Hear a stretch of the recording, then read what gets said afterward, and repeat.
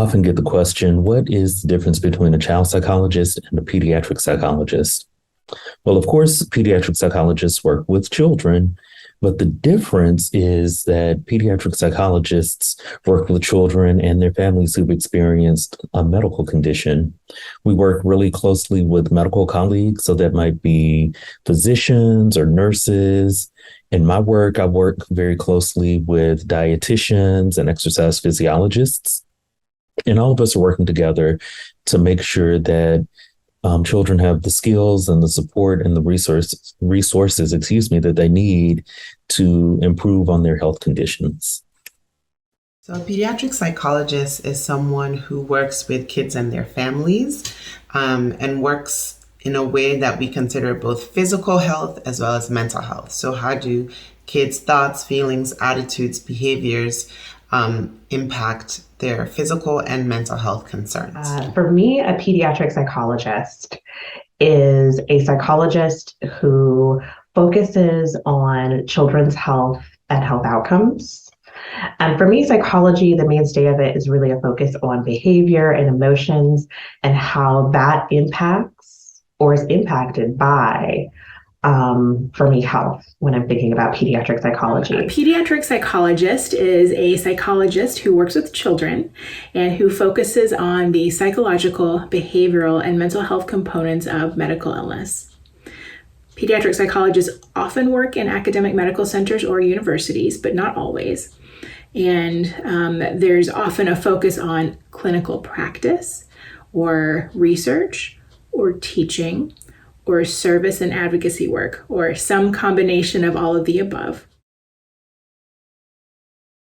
My name is Tomasio Burton, and I am a pediatric psychologist. I really had no idea that I wanted to be a pediatric psychologist when I started out on my path. I knew that I really enjoyed working with children, and I really knew that I was interested in health disparities. But when it came to actually putting a name to what it is that I wanted to do professionally, I didn't know. Over the years of my graduate school training, I started to learn more and more about how we can focus in the field of psychology and specifically in the field of clinical psychology. And it wasn't until I was almost done with my PhD that I even learned about the term pediatric psychology. Once I figured that out, I knew that I was in the right place. So how did I get here? And some of the hardest things and most successful things about being a pediatric psychologist. So I'm a Black woman, Nigerian immigrant, and psychology was not big in Nigeria before I immigrated here. But I took a child psychology class. I fell in love with learning about kids and the mental health needs of kids. And in graduate school, I learned about pediatric psychology. So what I do now is I work at a university as a pediatric psychologist. I do research, learning about kids and their health and mental health. And specifically, I'm interested in health equity, which is why do some kids have more health conditions than other kids, and trying to understand that relationship. So as an associate professor at a university, what I do now is I develop and train other pediatric psychologists. So I mentor students to become pediatric psychologists, both at the undergraduate and graduate level. And I will say the thing that helped me be most successful was definitely mentorship. I've been very lucky to have some amazing mentors throughout my career, and they really helped me think about how I can put my identity into the work that I do. Because prior to that kind of mentorship, I didn't realize that bringing my culture and my identity and the things that are important to me, that those things were important to put into the type of research, the type of training, the type of mentorship that I do. And seeing that modeled for me really helped me understand that your culture is really part of what makes pediatric psychology your own. So everybody does their pediatric psychology differently. And I think a big part of what makes it your own is by putting your culture and your identity into it. So as a Black woman immigrant, when I think of a question, I think about how might this impact immigrant communities? How might this impact Black youth and families? How might this impact women? I think about all these different identities and really trying to understand how the type of program I'm developing, the type of assessment tools or questions I'm asking. I try to think about the type of students I'm mentoring and how do their own identities, those that are visible and non-visible, how do those affect their view of the world, the type of thoughts, behaviors, the decisions they make to take medicine or not, the decisions they make to communicate with their providers or trust their providers. I really think about how do kids' identities and the family's identity and their stories, how do those affect their health and well-being? My name is Dr. Cecilia Bell-Reed. I am a pediatric psychologist. I'm also an associate professor of health psychology at Virginia Commonwealth University in Richmond, Virginia. So what do? I am a non-practitioner, which means I don't do one-on-one therapy.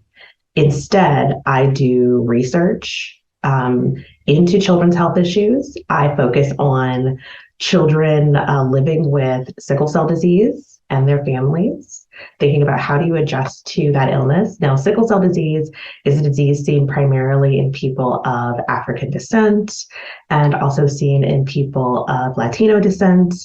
And so a large part of what I do is gather information from those communities, individuals living with sickle cell disease, and help to translate their experience, their symptoms, to healthcare providers so that we can develop better programs, better interventions, and ones that are going to work for their real lives. So that's a part of the research that I do.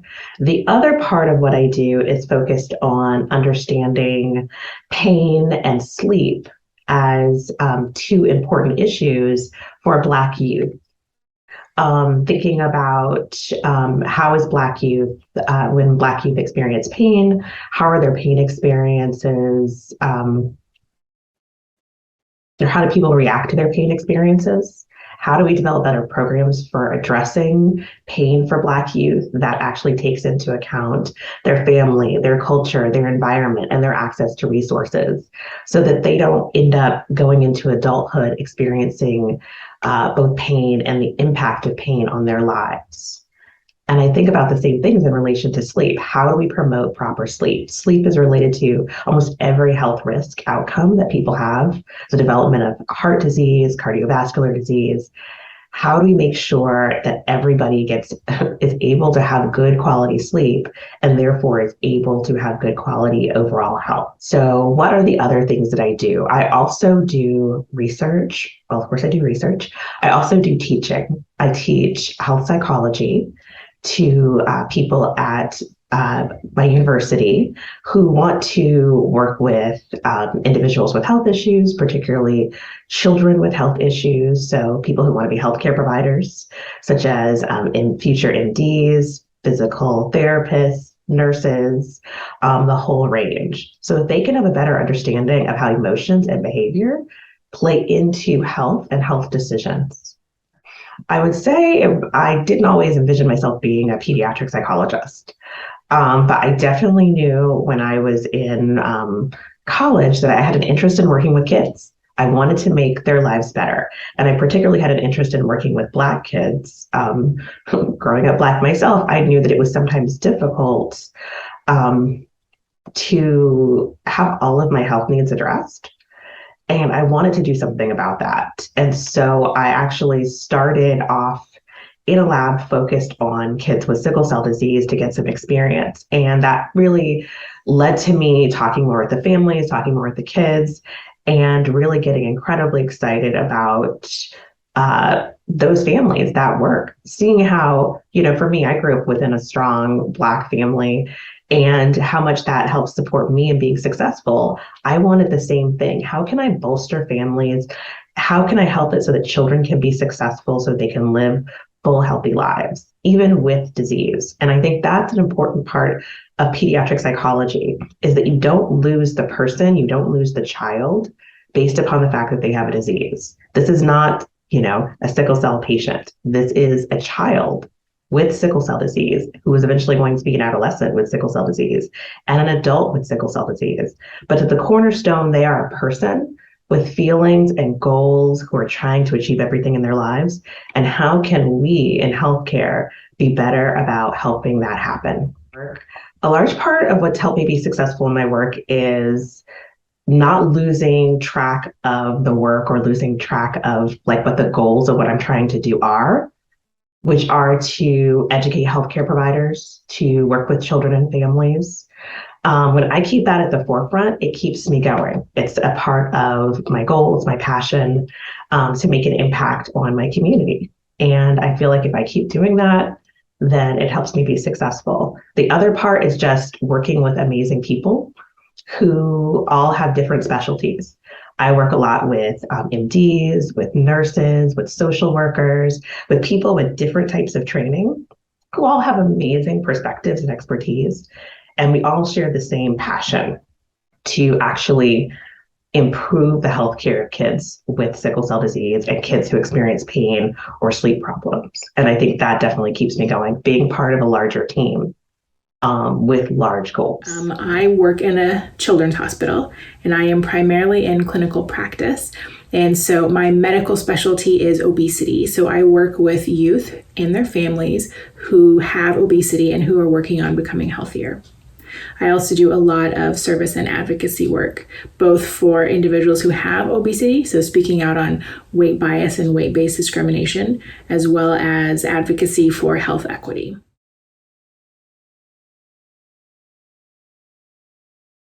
I think the biggest thing is that there are a million different ways to be a pediatric psychologist. Yes, there are a million different ways to be a pediatric psychologist. There's not one way. And so just because it doesn't exist or because someone isn't doing it doesn't mean you can't do it too. So that is probably the biggest learning, is that sometimes when you go into fields or areas of study that people don't look like you or don't have the same ideas, you might start to question yourself or wonder if, is this for me? Is my voice important here in this space when that's not what everyone else is talking about? And I will say, yes, it is. We need you. We need your talents. We need you to come have brave conversations. We need you to bring your unique ideas that don't already exist in our field. We need you to bring those ideas to make our field of pediatric psychology reflect the beautiful diversity that exists in these United States. And so, even though you may not see someone doing exactly what you want to do, know that your type of pediatric psychology is needed, is important. We would love our fields to reflect the diversity of our country. And so we need you. So I hope you consider bringing your voice, your talents, your abilities, your ideas. No idea is too unusual, out of the box. What we're trying to do is help kids and families think about their health and mental health. And if you have an idea for how to do that, then please come and bring your talents to our field. Your leadership, your voice matters, is important, and is needed.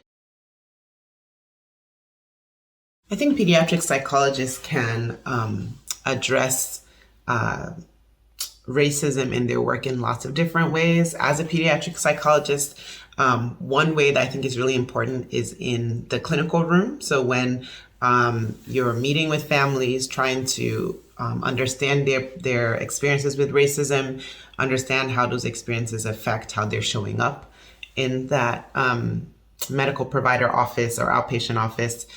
Also in our research, so as a pediatric psychologist, I address racism in my research by including measurements of discrimination and racism, in developing interventions to help young people cope with racism, to remember their superpowers and how they have learned a lot of things because of that adversity of racism, that they've developed resilience and strengths and positive things, even in the midst of that adversity. And so really trying to center positive things, not just negative things, because racism is hard. And because we've gone through that hard experience, there are many positive things that have happened. So I think as pediatric psychologists, we can center both of those things by thinking of the whole person and asking those hard questions that many people don't want to be asked, really having culture brave conversations, right? Difficult topics that people don't want to talk about, doing that and doing it in a way that doesn't promote blame or shame. For me, in relation to addressing racism in my work, a part of my work has been about understanding the impact of racism, particularly racial discriminatory experiences experienced by kids with sickle cell disease and Black children who experience pain and how that impacts their lives. And so for me, I study it so that people can really understand that racism doesn't just have an immediate impact, it has a long-term impact. Some of the work that we have been doing has seen how racism and racial or discriminatory experiences, particularly for Black youth, tend to lead to a number of sleep problems. And not just for them, but also for their families, impacting the sleep and the exhaustion that their families feel, which then sometimes subsequently can lead them to have less resources to work in their day and to feel more anxious or more depressed or to be more vulnerable to pain experiences. And so for me, a large part of how I address or how I deal with racism in relation to the work that I do is to try to understand it, but then to also try to translate that for other people so they can see the impact that racism has on the health of children and their families, so that they will be motivated to make those changes to actually address those issues. Another part of how my work addresses kind of racism in pediatric psychology is educating healthcare providers so that they can actually see their own bias. So they can see what they're doing that might be offensive, that might be discriminatory. So they can start to standardize their practices. So a lot of that is, the teaching that I do of future healthcare providers, as well as some of the educational programs that I've helped to run when I partnered with community groups for healthcare providers who are actually out there in the field, working in emergency departments, working in primary care offices, so that they can have this understanding of this is what you think you're seeing and this is what you think you're doing. But what you're actually doing is making it harder for this person to seek care. And you're actually, what can you do? And so a large part of it is kind of teaching them both to recognize their bias and also think about what can I do to reduce bias and make this feel like a space where all children and their families are going to feel comfortable and are going to be willing to work with me. And how do I make it so this is the best experience for them that's going to have an impact? Truthfully, every healthcare provider wants to have an impact, but understanding what it takes to get there and that racism is going to stop that, I think that's sometimes eye-opening, and it's also something I know we can push past. One of the ways that pediatric psychologists can address racism in our work is recognizing that racism is one of the major drivers of health disparities. And health disparities are essentially when groups of people who have different social characteristics have different health outcomes. So essentially those who are disadvantaged or underrepresented or vulnerable have poorer health outcomes, so are sicker or live less long or just don't have as much health as other groups who are considered in the majority or who have more privilege. And so in recognizing that racism is a huge part of creating and maintaining these health disparities, one of the things that pediatric psychologists can do is speak about it in all the different ways that we see it pop up, both in clinical practice, in research, when we teach, as well as advocacy. So speaking to legislators and insurance companies and other professionals about where this pops up and why it's problematic and things that can be done to improve. I think pediatric psychologists are in a great position to be change makers because we serve as a bridge between children and their families and the medical system.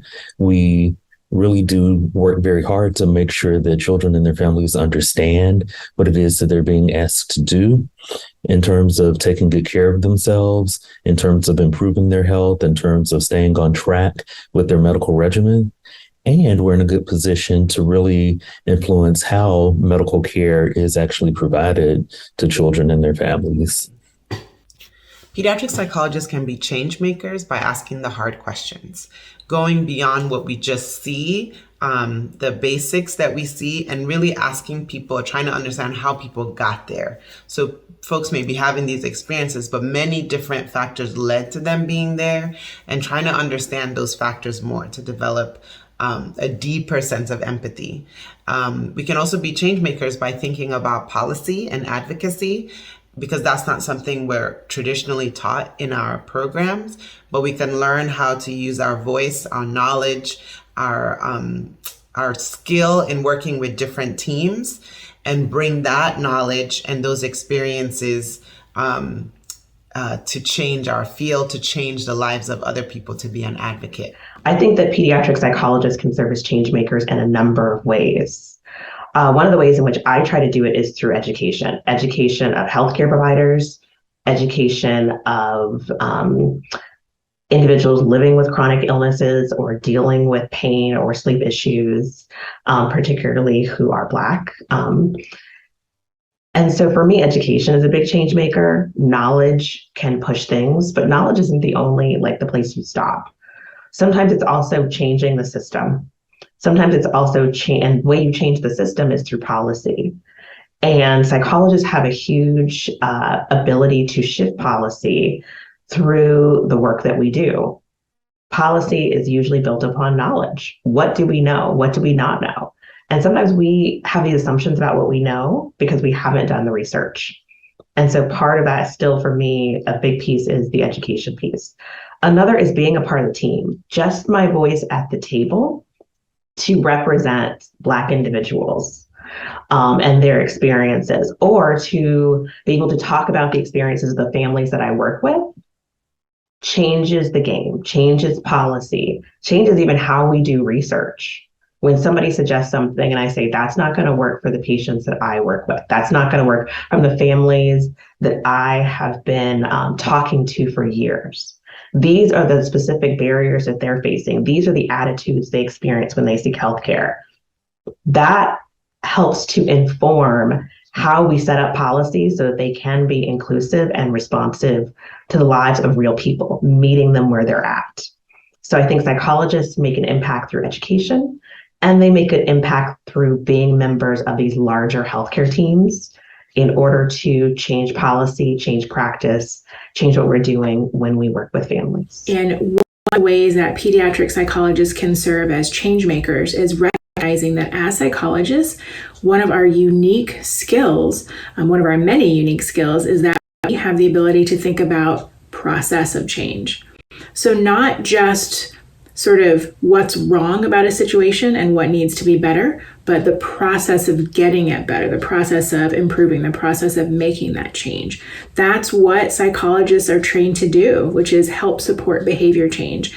And so change making is something that we are just inherently good at, because that is how we think about things. That's how we approach the world. And it's different than a lot of our fellow colleagues, especially if we work in a hospital, for example. And so continuing to speak out and speaking out specifically about ways to make changes and ways to make improvements, and how to motivate change and support those improvements is one of the most powerful ways that pediatric psychologists and psychologists in general can be strong change makers.